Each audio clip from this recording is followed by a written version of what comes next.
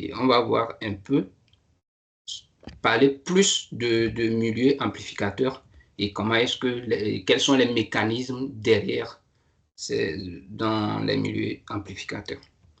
Donc, comme je l'ai cité précédemment, on a 3 éléments de base. Donc, la cavité résonante ici, elle est constituée de 2 miroirs. Il y a un miroir qui est semi-réfléchissant, donc le coefficient de réflexion est inférieur à 1. Et il y a un miroir qui est miroir de fond de cavité, dont le coefficient de réflexion est égal à 1. Après tout, on a le système de pompage qui est une source extérieure. Donc, on apporte de l'énergie extérieure pour pouvoir faire le pompage. Et un milieu amplificateur qui est généralement des cristaux pour des lasers non fibrés. Et maintenant, pour les lasers fibrés, comme on le voit ici, je pense que c'est mieux de prendre le pointeur. Ouais, comme on le voit ici, c'est de la fibre. Donc, le milieu amplificateur est ici. Dans ce cas spécifique, c'est de la fibre qui est dopée aux ions de terre rare. Donc, on arrive à avoir le fait laser avec les fibres qui sont dopées.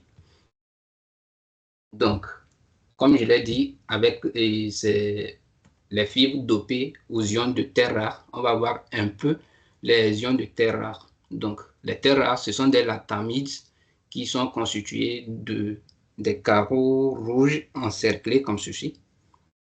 Donc, pourquoi ils sont intéressants? Ils sont intéressants parce que quand on prend ces éléments du tableau de classification, ils ont des niveaux d'énergie très précis avec des longueurs d'onde qui sont tellement intéressantes dans la communication et dans d'autres applications. C'est pour cela qu'ils sont plus utilisés. C'est pour cela qu'ils sont utilisés pour concevoir des lasers.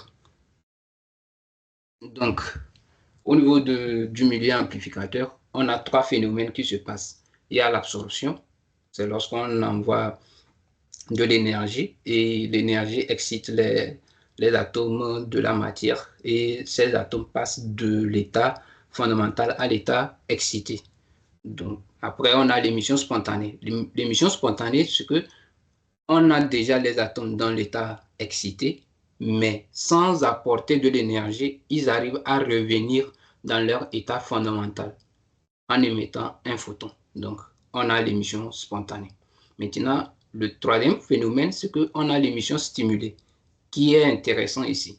L'émission stimulée, c'est que on a déjà les atomes dans l'état excité. Maintenant, on apporte de l'énergie, quelle que soit sa nature, et on arrive à ramener les atomes qui sont dans leur état excité à l'état fondamental, tout en émettant des photons. Et ces photons qui sont émis ont une fréquence très précise et ils ont une phase et une direction.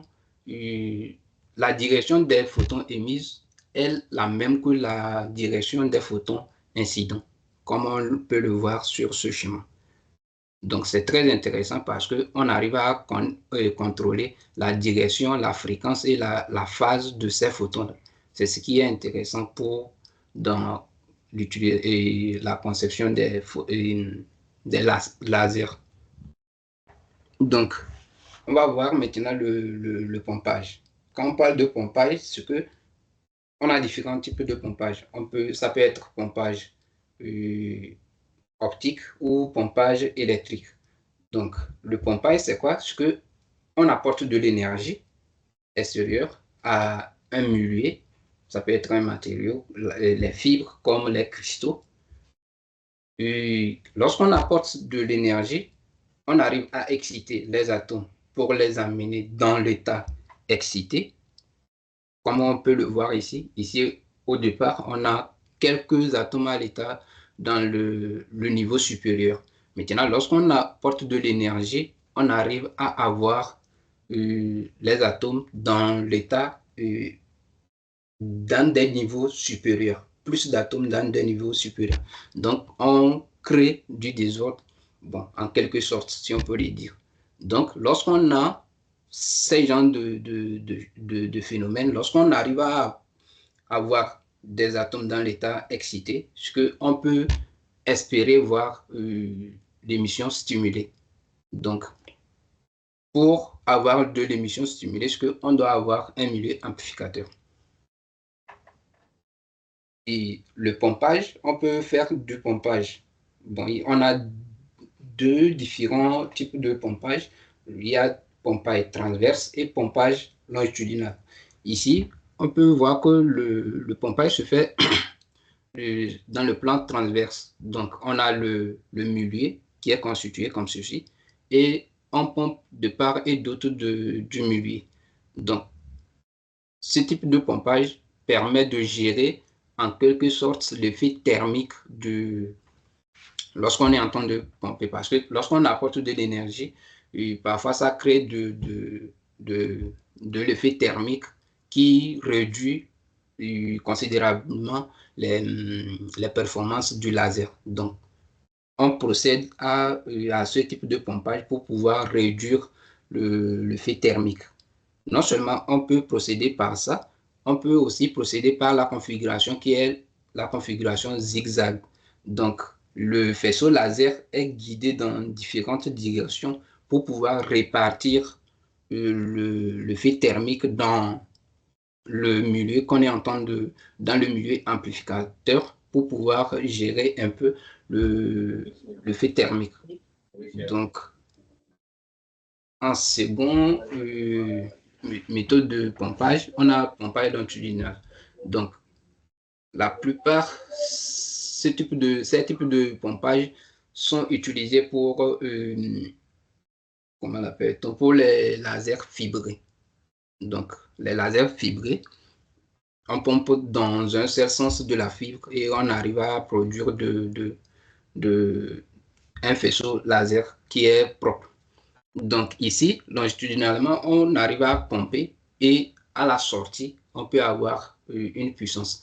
Et ce type de pompage longitudinal a certains inconvénients parce qu'on n'arrive pas à produire véritablement de grande puissance.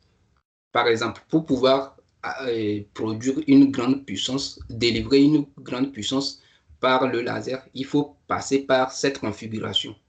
Donc, on a deux barrettes des diodes qu'on utilise pour pomper de part et d'autre ici, comme vous le voyez ici. On a le milieu amplificateur, mais on utilise deux barrettes pour pouvoir faire le pompage. Mais on ne laisse pas vraiment le faisceau laser qui doit, pour repasser exactement à plusieurs reprises osciller dans le milieu amplificateur. Parce que quoi, on aura vraiment l'effet de la température qui va augmenter, qui peut diminuer considérablement la puissance et tout ça. Donc pour cela, on met ce type de miroir ici.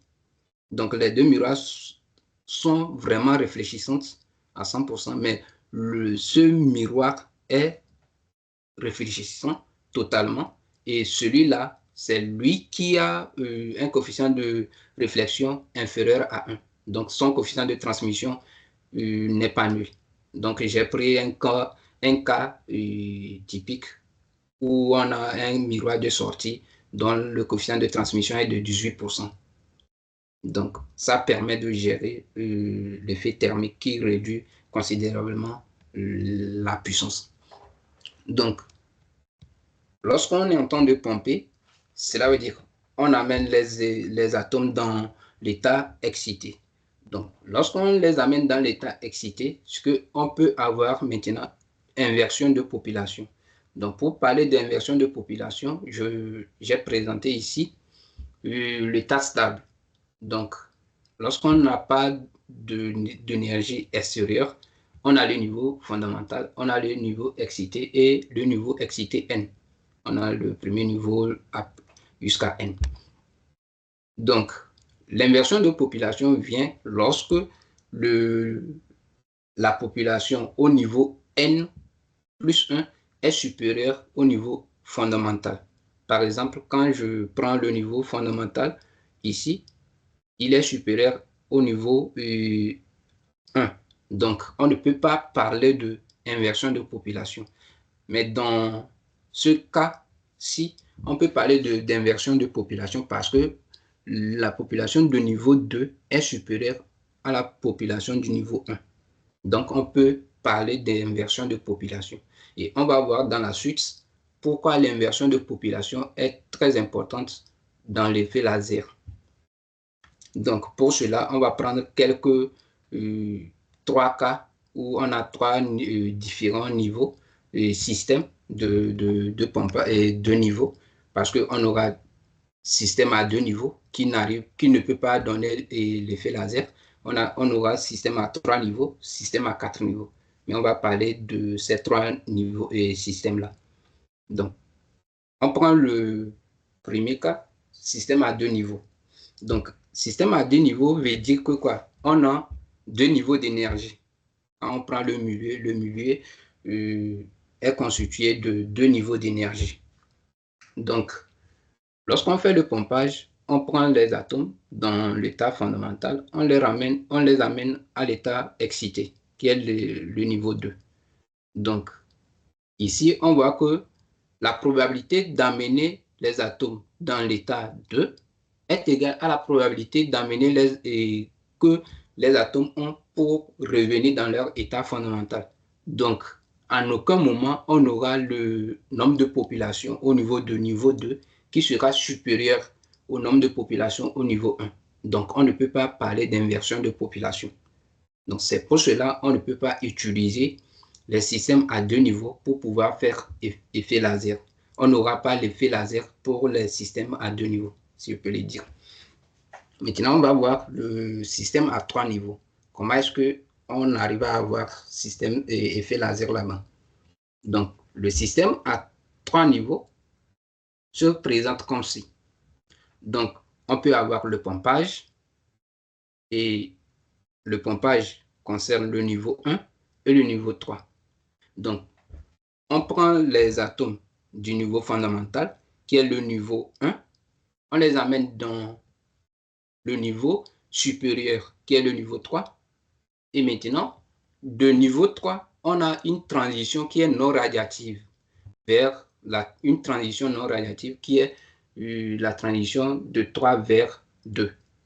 Donc, cette transition, elle est très rapide. Donc, la probabilité d'avoir cette transition est très élevée. Donc, lorsque cette probabilité est très élevée comme ça, bon, naturellement, elle est très élevée et que c'est ça qui aide aussi à avoir le fait laser. Donc, comme elle est élevée, elle permet maintenant d'avoir une probabilité d'émission stimulée très élevée qui sera très prioritaire sur l'émission spontanée. Donc, on va voir ça dans quelques équations à la suite. Donc, j'ai essayé d'écrire les systèmes d'équations qu'on peut voir ici. Donc, il y a gamma IJ, donc gamma de 3,2. Donc, c'est une transition non radiative de niveau 3 vers niveau 2. Maintenant, K représente la probabilité d'émission spontanée, qui sera vraiment négligée à la fin des calculs. On négligera l'émission spontanée parce que lorsqu'on aura plus d'émissions spontanées, on ne va pas voir vraiment c'est à quelle longueur d'onde le laser émet parce qu'on n'aura que du bruit. C'est pour cela qu'on néglige l'effet l'émission spontanée dans l'effet laser. Donc, W, c'est la probabilité de la transition du niveau 2 vers le niveau 3. Et WP, c'est le pompage, en fait, la probabilité de prendre les atomes dans l'état fondamental pour les amener dans leur état excité, qui est le niveau 3. Donc, pour pouvoir écrire ces équations, c'est simple. On a des transitions de pompage, on a transition non radiative, on a l'émission spontanée et on a la transition de laser. Donc, pour pouvoir l'écrire, on a K ici. Donc, lorsqu'on dirige la flèche vers un niveau, donc, par exemple, si je prends la première équation, on a le nombre de populations sur le niveau 1, c'est ça ici. Donc, on a l'émission spontanée qui vient, une population qui quitte du niveau 2 vers le niveau 1. Donc, ça fait K fois N2. Plus maintenant, on a une transition qui quitte du niveau 2 vers le niveau 3. Donc, on a N2 moins N1. Et de la même façon, vu qu'on a moins ici, c'est parce qu'on a une probabilité d'avoir la transition des atomes dans l'état fondamental vers le niveau 2. Donc, c'est pour cela qu'on peut soustraire cette population-là. De la même façon, ici aussi, pour le pompage, on a l'émission spontanée et l'émission, le pompage. Donc, le pompage est ici. Vu qu'on amène les éléments sur le niveau 3, on peut avoir l'émission spontanée du niveau 3 vers le niveau 2 et niveau 1. Donc, c'est pour cela qu'on a cette partie de l'équation. C'est idem pour les autres niveaux. Donc, j'ai pris juste le niveau 1 pour pouvoir expliquer comment est-ce que les équations sont écrites. Maintenant, pour pouvoir résoudre ces équations, il y a certaines approximations qu'il faut faire pour pouvoir les résoudre. Donc, pour les résoudre, l'approximation est que quoi? Vu que la transition non radiative de 3 vers 2 est très rapide, cela veut dire que quoi? On considère qu'il n'y a pas de population la population sur le niveau 3 est très, très, très faible. De la même façon aussi, vu qu'on veut vraiment vider le niveau 1 pour les amener au niveau 2, et niveau 3 plutôt, donc on considère aussi que le niveau 1 est tellement depeuplé qu'on n'a pas vraiment de population. Même si ça existe, c'est très faible. Donc on considère que lorsqu'on a N3 moins N2, c'est sensiblement égal à 0. Et maintenant, l'inversion de population qui est ici N2 moins N1. Parce que quoi? Au niveau du niveau 2, on a une transition non radiative qui va vraiment peupler le niveau 2. Donc, on aura plus d'atomes sur le niveau 2. Ce qui fait qu'on aura une inversion de population qui est égale à N2 moins N1. Donc, avec ces trois équations et ces approximations-là, on peut retomber sur cette expression. Donc, vu qu'on tombe sur cette expression et que les conditions de base, c'est que quoi? On doit minimiser l'émission spontanée. Cela veut dire que la probabilité d'émission spontanée est négligeable. C'est ça qui est K ici. Maintenant, vu que là, on a plus de chances d'amener les atomes de niveau 3 vers le niveau 2, donc on a gamma 3,2 qui est la transition ici, et elle est supérieure à K, à la probabilité d'avoir l'émission spontanée. Donc, lorsqu'on prend l'approximation là, on arrive à trouver l'expression qui est ici. Donc, cette expression veut dire que pour pouvoir avoir inversion de population, on doit pomper. Et lorsque on pompe, on doit avoir un seuil. Parce que quoi? On a la probabilité de pompage moins la probabilité d'émission spontanée. Donc, à un moment donné, on peut s'en rendre compte qu'on est en train de pomper, mais si on n'a pas une bonne puissance pour pouvoir pomper, on s'en rend compte qu'on ne fait rien en fait. Donc, c'est pour cela, il faut que, la deuxième condition, il faut que la probabilité d'avoir la transition de pompage doit être supérieure à la probabilité d'émission spontanée. C'est pour cela, au début, j'ai dit que l'émission spontanée sera vraiment négligée dans tous les calculs. À la fin, lorsqu'on fait ces approximations, on arrive à cette courbe. Donc, on trace l'inversion de population par rapport à la probabilité de pompage sur la probabilité d'émission spontanée. Donc, lorsqu'on a de base, on a la courbe là pour cette fonction. On a cette courbe. Normalement, ça doit se prolonger. Mais à un moment donné, le nombre de populations, si je reviens sur ceci, le nombre de populations sur le niveau 1 n'est pas infini. Donc, c'est un nombre fini. Donc, on ne peut pas avoir plus d'éléments sur le niveau 3 qu'on en est sur le niveau 1. Donc, c'est pour cela, à un moment donné, on a une saturation. C'est ce qui explique que lorsqu'on arrive ici, lorsqu'on est à saturation, on peut arriver à saturation lorsqu'on pompe à un seuil donné. Donc, lorsqu'on arrive au seuil de pompage, ce qu'on commence à avoir l'effet laser et le laser peut osciller. Donc, le faisceau peut osciller à l'intérieur de la cavité et en fonction du coefficient de transmission, on peut avoir telle puissance qui sort ou telle puissance qui doit sortir en fonction des besoins qu'on a. Et maintenant, on tombe sur le système à 4 niveaux. Le système à 4 niveaux, lui, il est plus simple. Même si les équations sont trucs, il est plus simple parce que le niveau fondamental, ici, la transition laser ne concerne pas le niveau fondamental. Donc, la transition laser concerne que le niveau 2 et le niveau 1.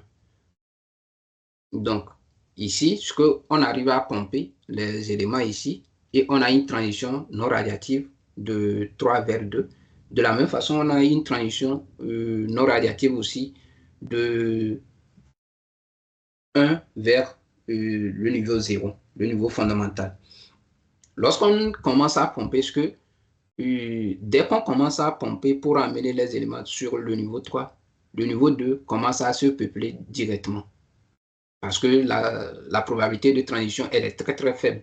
Donc, de l'ordre de nanosecondes et tout ça. Donc, on arrive déjà à pomper et à avoir la population sur le niveau 2.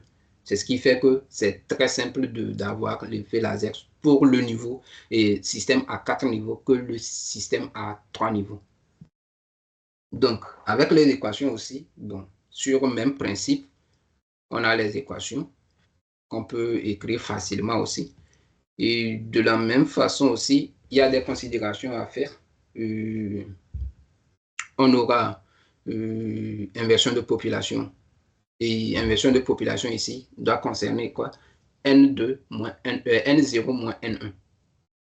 N0 moins N1. C'est l'inversion de population, ça. Donc, avec tout ça là, ce qui est ici à retenir est que même si c'est un système à 3 niveaux, le nombre total de population sur tous les niveaux sont considérés comme on ne considère pas vraiment le niveau 3. Donc, on considère que le niveau 2, le niveau 1 et le niveau 0 fondamental. Parce que cette transition, elle est vraiment rapide. On se dit qu'il n'y a pas vraiment de population sur ce niveau. Ce niveau plutôt. Donc, dans les calculs, on ne tient pas compte vraiment de N3. C'est pour cela que je n'ai pas écrit l'équation d'évolution de population de N3. Et après le calcul aussi, on arrive à trouver cette expression qui est comme ceci. De la même façon, parce que vu qu'on ne veut pas vraiment l'émission spontanée, toujours la transition non radiative, elle est rapide. Donc, on aura gamma 1, 0, la transition de 1 vers 0, niveau fondamental, doit être supérieur, cette probabilité doit être supérieure à l'émission spontanée. Donc, on arrive à obtenir cette expression. Donc, vu qu'on a cette expression, on peut maintenant tracer l'évolution de l'inversion de population.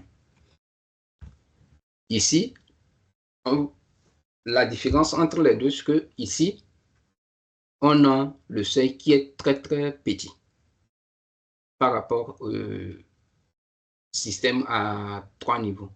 Donc, c'est pour cela, vu qu'on a le seuil qui est inférieur, parce que avec des pompages de quelques milliwatts, on arrive à avoir de l'effet laser pour le système à 4 niveaux. Donc, c'est ce système, c'est lorsque on veut concevoir un laser et qui ne demande pas beaucoup d'énergie et tout ça là, on utilise les systèmes à 4 niveaux pour pouvoir les concevoir parce qu'ils sont très simples à réaliser et tout. Donc, voilà en quelque sorte la présentation. Et la prochaine fois, je vais présenter les éléments qu'on a eu à utiliser dans notre projet pour pouvoir réaliser le laser et les résultats qu'on a obtenus. Et retenez aussi que l'objectif du projet, c'était de voir comment est-ce qu'on peut utiliser les amplificateurs optiques pour pouvoir amplifier un signal laser. Donc, dans notre projet, on a eu à réaliser l'amplificateur optique et on a réalisé aussi le laser.